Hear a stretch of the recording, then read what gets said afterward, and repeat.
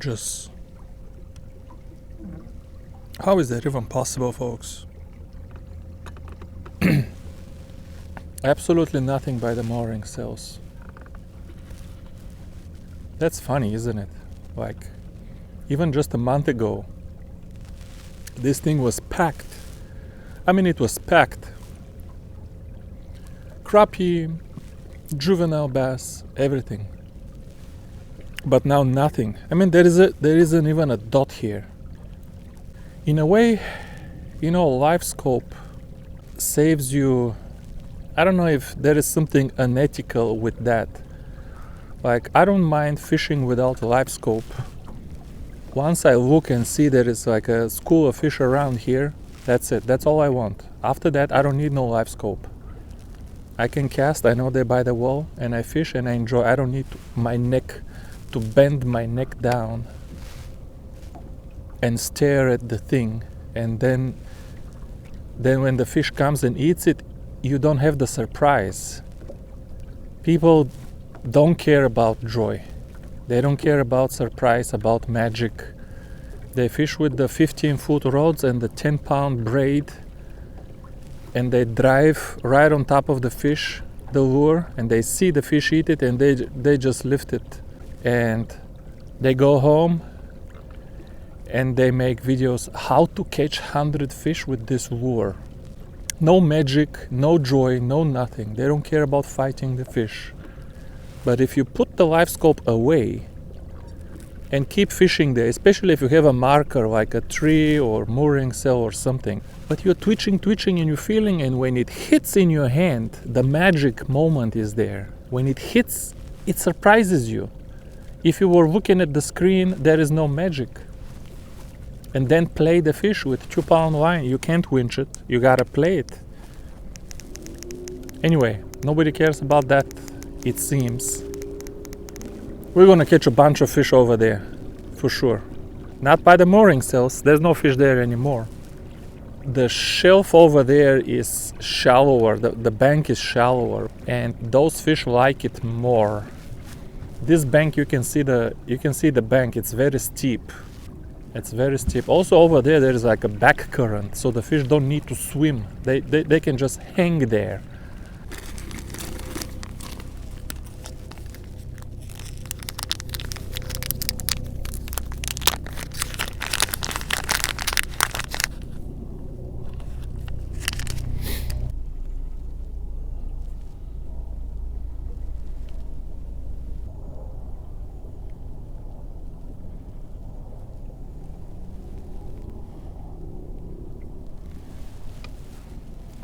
Let's try this.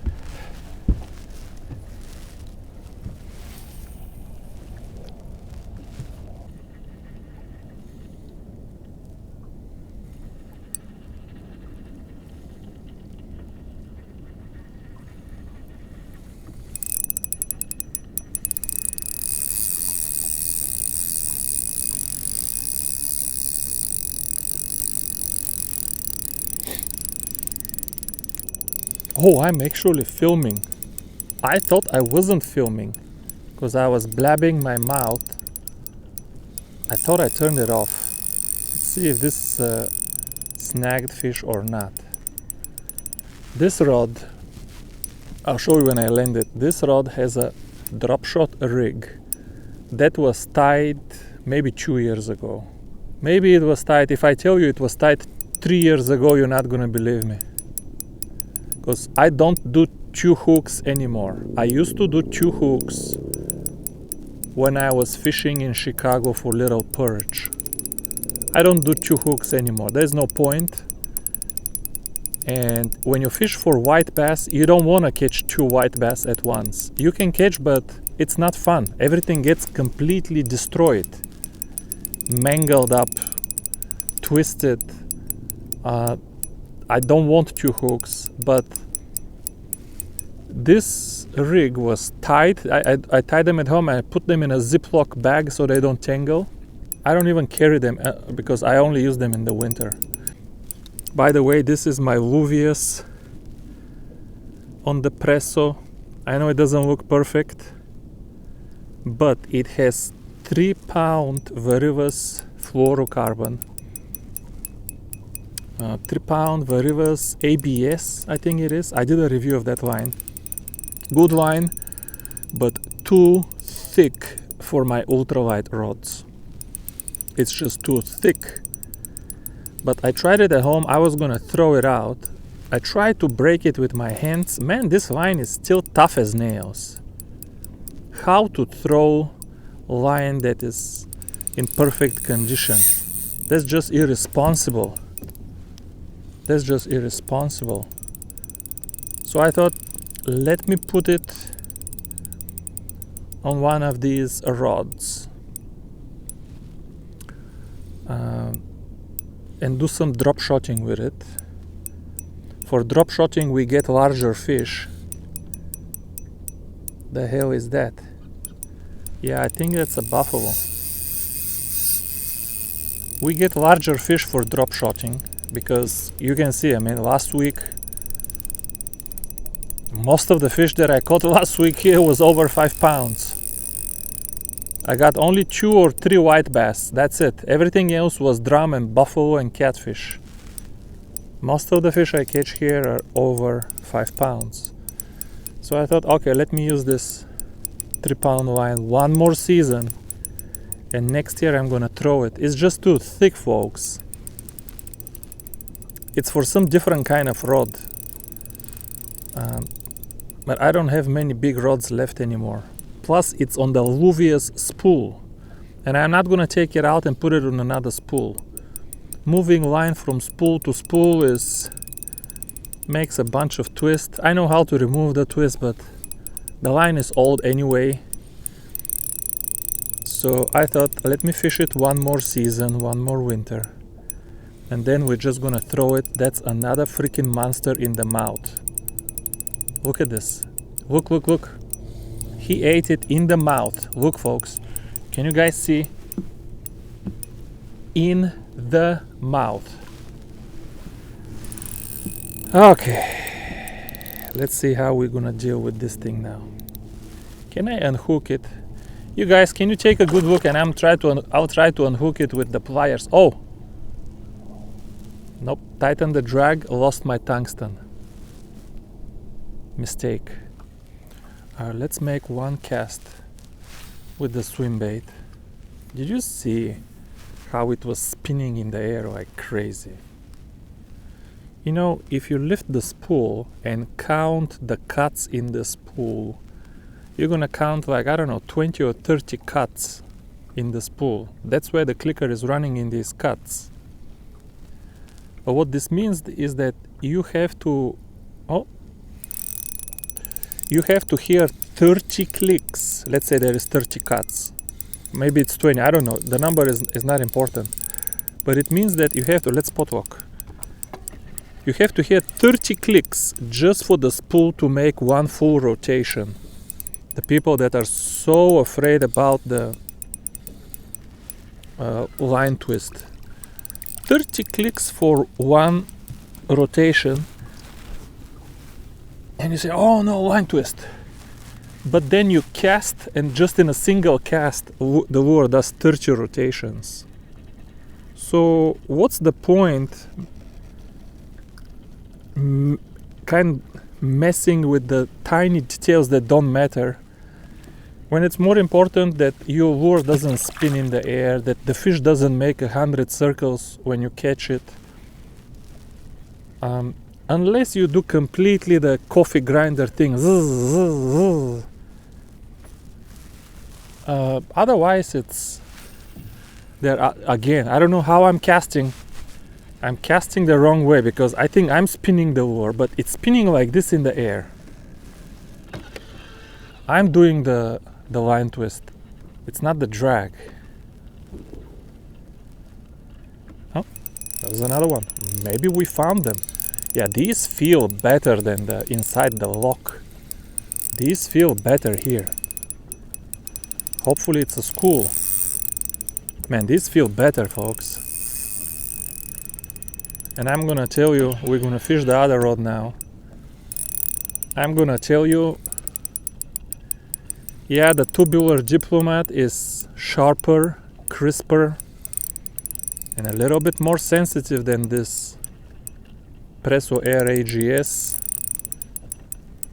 But for me, folks,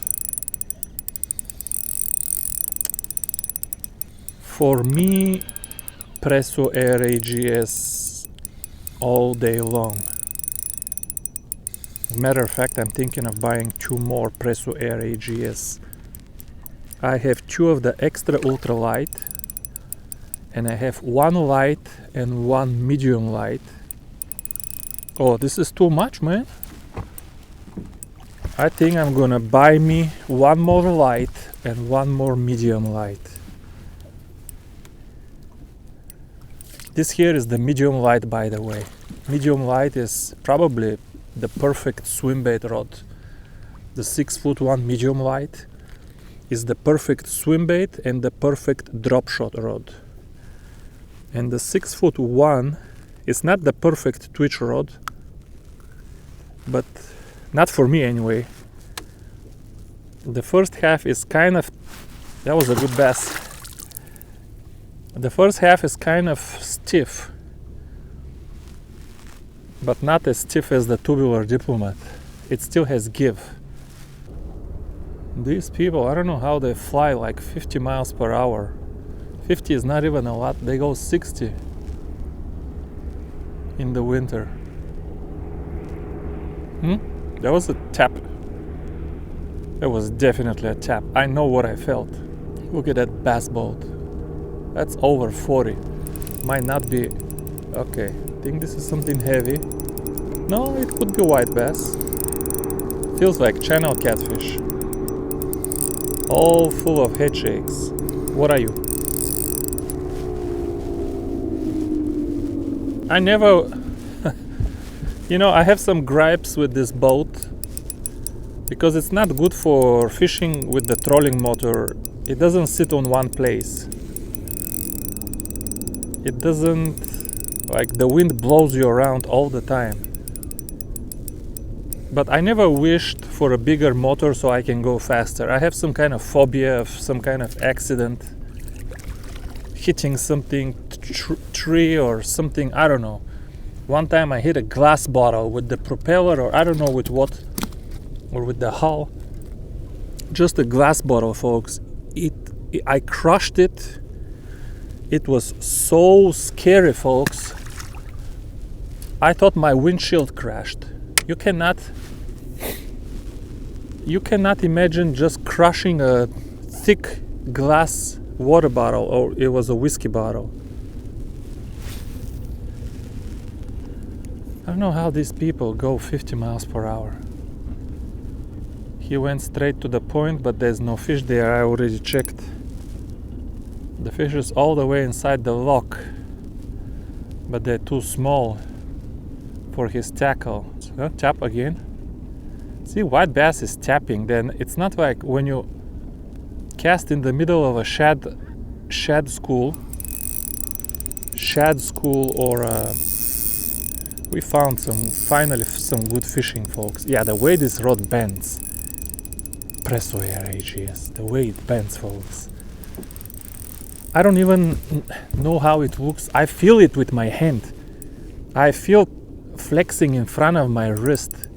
The whole feel, even with my eyes closed, I kind of enjoy the feel of the Presso Air AGS more than the tubular diplomat. The tubular diplomat is twitch rod. If we're talking just about the twitching and nothing else, I enjoy twitching with the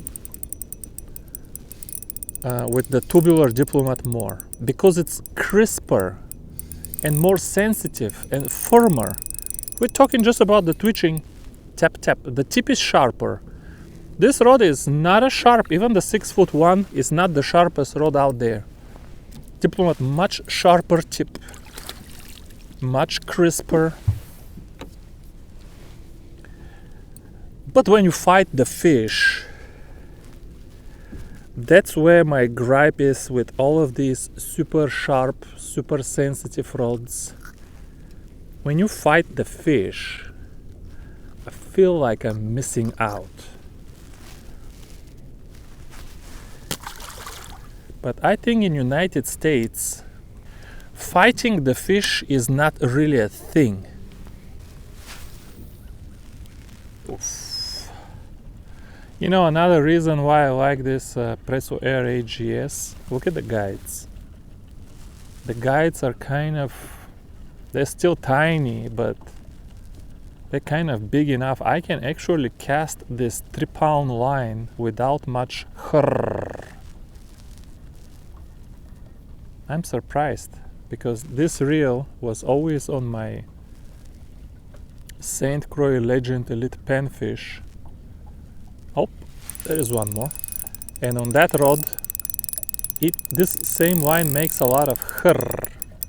I always thought that St. Croix had good guides. I mean, they're good, they're expensive, and I thought they were big enough. I don't know if it's the spacing or something, but on this rod, this line exits quieter. It's either that or I have so much clothes around my head right now. I have 2 layers of hoodies around my head. I probably can't hear nothing. I'm kind of leaning towards the second option right now. I don't think these guides are bigger than the St. Croix Legend Elite Panfish.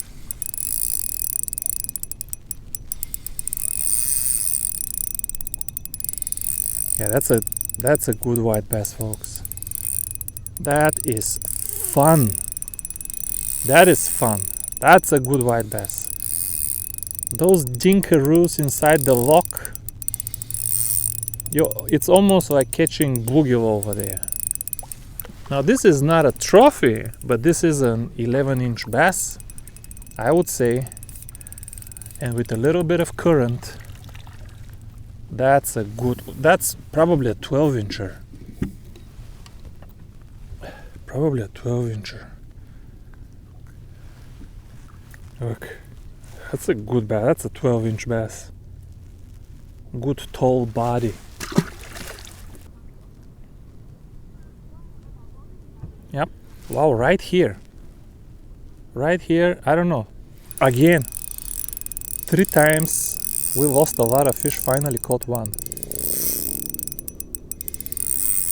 See, this one is without live scope.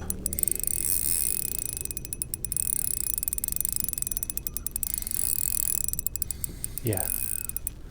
White bass over 10 inch on ultralight, good fight. This one might not be over 10 inch.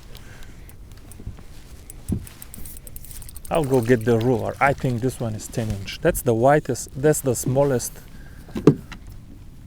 That's the smallest of the bunch, but I think it's still 10 inches. Man, I gotta keep these fish on top of the net or something. They're all pooping nasty stuff as soon as I get them. Look at my net. Look. Wash the net. Tap, tap. Yep. Yeah, there is white bass here, and we ain't going nowhere, folks. Maybe I'll catch one more. What happened? It's like somebody ate him.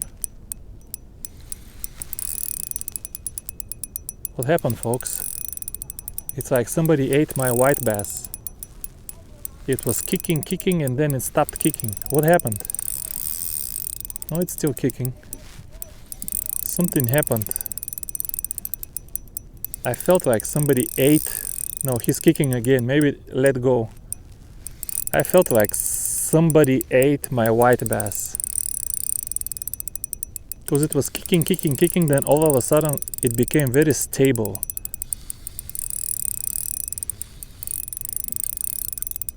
Wow. Good fight. I'm kinda enjoying this combo, to tell you the truth. This smooth reel with the Presso Air AGS reminds me why I love the Presso Air AGS. But, you know, I don't get crazy raving from the people who did buy the Presso Air AGS. People bought the Corto, they're raving about the Corto. I sold my Corto. Oh, there's a little bit of blood here, but The eagles are... I didn't think I harmed this fish, honestly. I don't know, maybe the hook just penetrated. I definitely didn't just rip the hook out. There's a little ledge. I'm on the shallow flat, but there's a little ledge. I think they're around the ledge, because the ledge is also the dead water. I'm here in the back current. Oh, there we go. Right around the ledge. Wow, good one again, man. Good one again, man.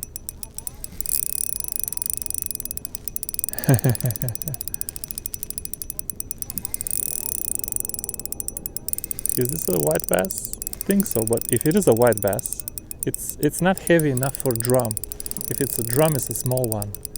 If it's a white bass, it's a good one. He hit good. Man, today better than last week. Last week was just buffalo after buffalo and a couple drum and one channel catfish and one black bass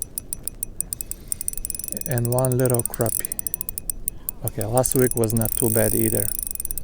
Curious now, did we get something else or just a nice white bass? This one is a little bit more. This one is a little bit more. You know, remember I was complaining that Daiwa drags are not loud enough out of the box, but they're all metal. They're all metal. And once you tune it, I have a video how to tune it to increase the pressure a little bit. Once you tune it, it's all metal sound. Compare this to the new Vanford. It is 10 times better than the new Vanford. Wow, white bass. It's not even that big. I am surprised. I am surprised. Give me a second, I'll go measure one of these. This will be the last fish of this video. I'm not moving at all, but I'll go get the twitch, the tubular tip, the tubular diplomat, and we're gonna twitch. But I wanna see towards the bank. Nothing there. See, I'm in 12 feet of water, but I'm casting towards 20, and on the ledge we're getting these. That's a nice white bass, folks. That's a good one, folks. That's a good one. Maybe I should keep a couple, give them to somebody on the bank. See people on the bank this morning. That is a good one, folks. He's got some belly. Measure one of them. That's why he fought so long. That's a good slab, folks. Ooh, almost 15. I can make him 15. Watch this. I think right now he's touching. I still wouldn't call it 15, because from here to here, that's not fish. The fish really ends here, right? They're counting the tail. I can make it 15, but it's really like 14 and a half. Good last fish of this video. Don't go anywhere. Thank you for watching this one, but don't go anywhere. We're gonna start twitching with the tubular tip now. See if we do just as good as the Kitek. The Kitek with the... This is 2.5 gram head, so it was sinking a little faster. But we'll see if we do just as good, okay? Don't go nowhere. We're fishing without live scope. Getting this rod now. And we're gonna be fishing right here again. But this is the end of this video. Watch out for the next one. Bye bye.